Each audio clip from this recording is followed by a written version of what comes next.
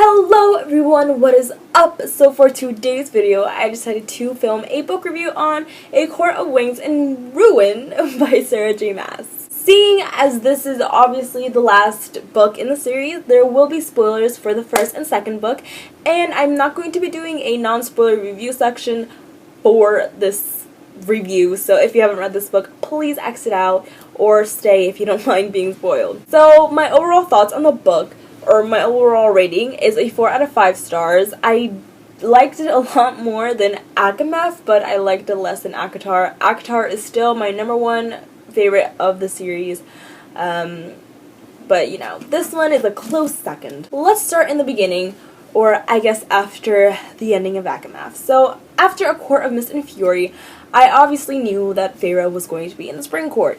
However, I really thought she was going to do a lot more conniving and like sneaky stuff in the Spring Court, and I really thought she was gonna mess some things up, or like a lot more than she actually did. And I thought she was going to stay in the Spring Court for a lot longer.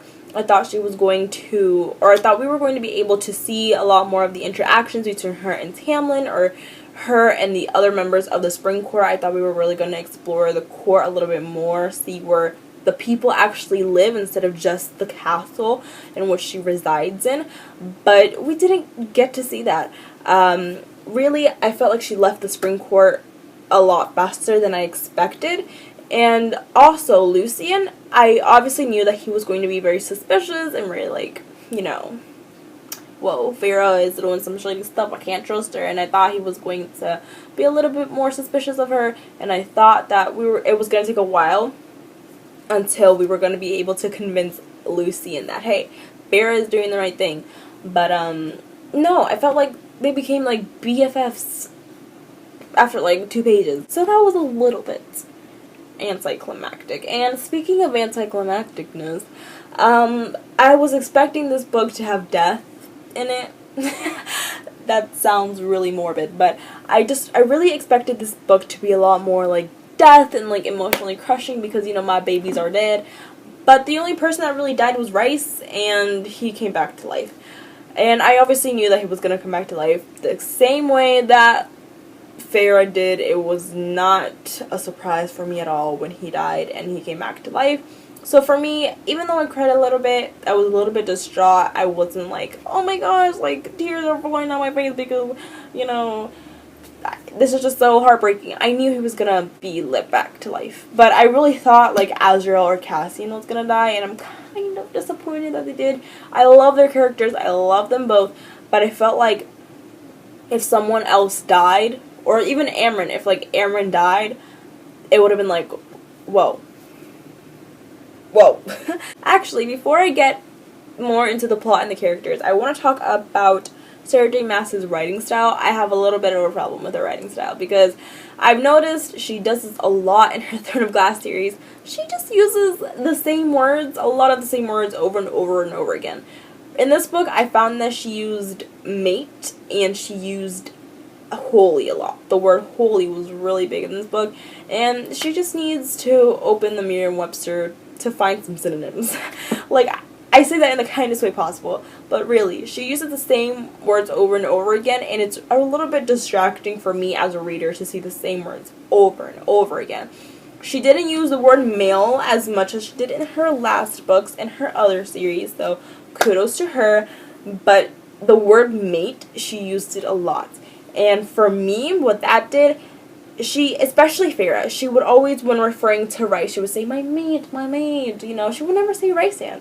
Like, I was starting to doubt if she even knew Rysand's name. Her excessive use of the word mate really just, it made the relationship seem a lot less emotionally driven. Like, it was hard for me to see the emotional connection and the emotional bond between Feyre and Rysand, because my mate and constantly using the word mate made it seem as, instead of being, you know, husband and wife or girlfriend and boyfriend, it was more of they were each other's possession. And that, on top of the fact that every time they were near each other they were thinking about sex or having sex, their relationship seemed very physically based instead of emotionally based. I felt like in A Court of Mist and Fury, the relationship was a lot more, you know, emotional and cutesy and, like, emotional, like I said. But this one just seemed very physical. Other couples in this book, in the relationship, Elaine and Lucien, they are mates. But I don't like them as mates. I feel like Elaine, she's not going to be ready for a relationship for a long time.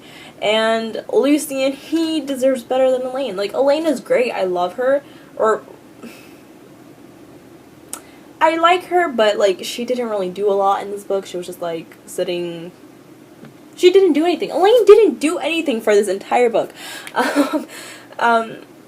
So, but I get it. It's not her fault. She's just... Her old life has been, like, stripped away from her, so I can't blame her for how she's acting, but I felt like Lucien does not, or Elaine doesn't deserve Lucien.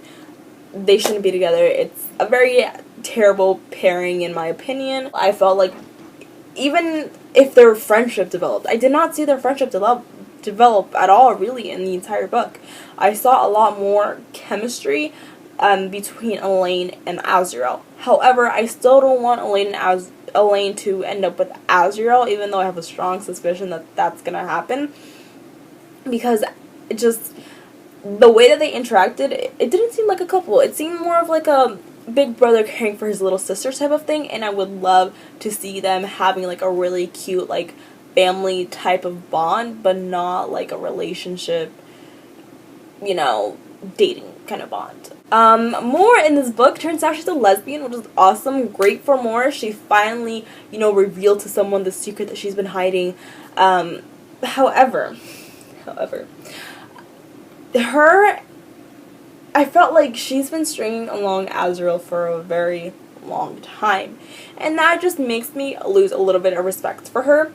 Obviously, coming out is hard, and she should do it in her own time. She shouldn't be forced to do it, but I felt like she should have a one-on-one conversation with Azriel. She doesn't have to say, you know, I'm a lesbian, or she doesn't have to say that I'm not into guys, whatever, but I felt like she just has to tell him, hey, I don't think I'll ever have feelings for you in that way, in the way that you want me to. Like, I can't be with you like that. I felt like that's all she has to say, or something to that nature, because poor Azriel, he's been loving a girl that's not gonna love him back for, like, the past 500 years. So, I felt like in order for him to be able to move on, in order for him to be able to find peace in romantically, I feel like more really needs to tell him, like, hey, stop trying to make this a thing, stop loving me, like, just forget about me. Nesta and Cassian, definitely my favorite relationship in this entire book. They're the cutest couple in this entire series. I'm 100% for their ship. They're beautiful together, and I love how, obviously, they've had feelings since, like, the second book, but it wasn't until the ending of this book that, you know, we really get to see this blossom into something a little bit more, and the fact that at the end, Nesta was willing to die for Cassian, and Cassian, you know, and they kissed, and it was so beautiful. Amren and, I don't even know the guy's name, Valerian Versella, like, I know it starts with a V. Can I find it?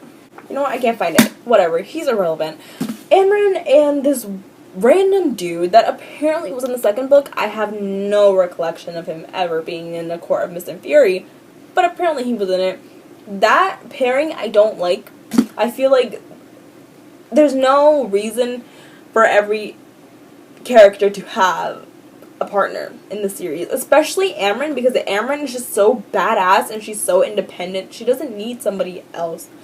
I really wish she would have stayed single, but obviously Sarah J. Maas had different plans. If Amren was to be in a relationship, fine, but don't pair her up with someone just for the sake of pairing them up, because it seems like, you know, or at least I wish we could have seen more of the guy that starts with a V because I can't remember his name.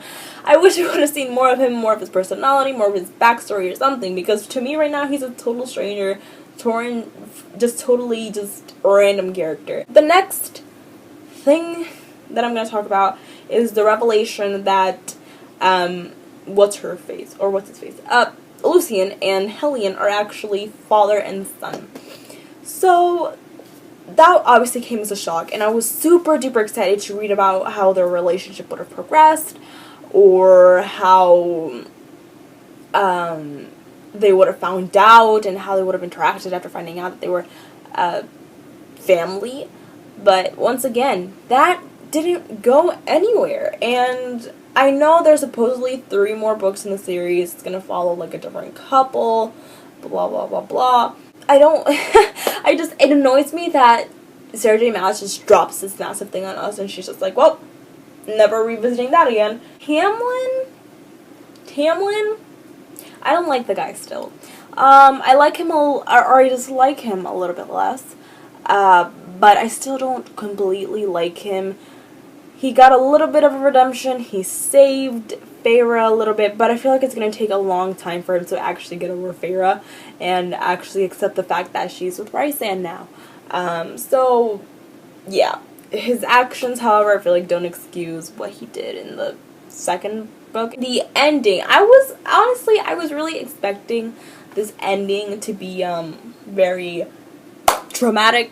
I mean, it was a little bit dramatic, but I was expecting it to be a lot more emotionally heartbreaking, at least for me. But it wasn't. Rhysand dies, but he gets resurrected once again. And once I saw that Rhysand died, I shed a little bit of tears. But I knew that he was gonna get resurrected. I was like, okay, there's no way that Rhysand is not gonna be alive. Amryn, I really thought she was a goner, y'all. I thought she was dead. I thought one of my favorite characters in this entire series was dead. Why am I talking in a southern accent? But I thought she was a goner, and I was very worried. And I was also very worried when I thought she betrayed everyone. But it was just a close call. She didn't die. She didn't betray anyone, and I was very happy. The dad's death, however, I felt like could have been a little bit more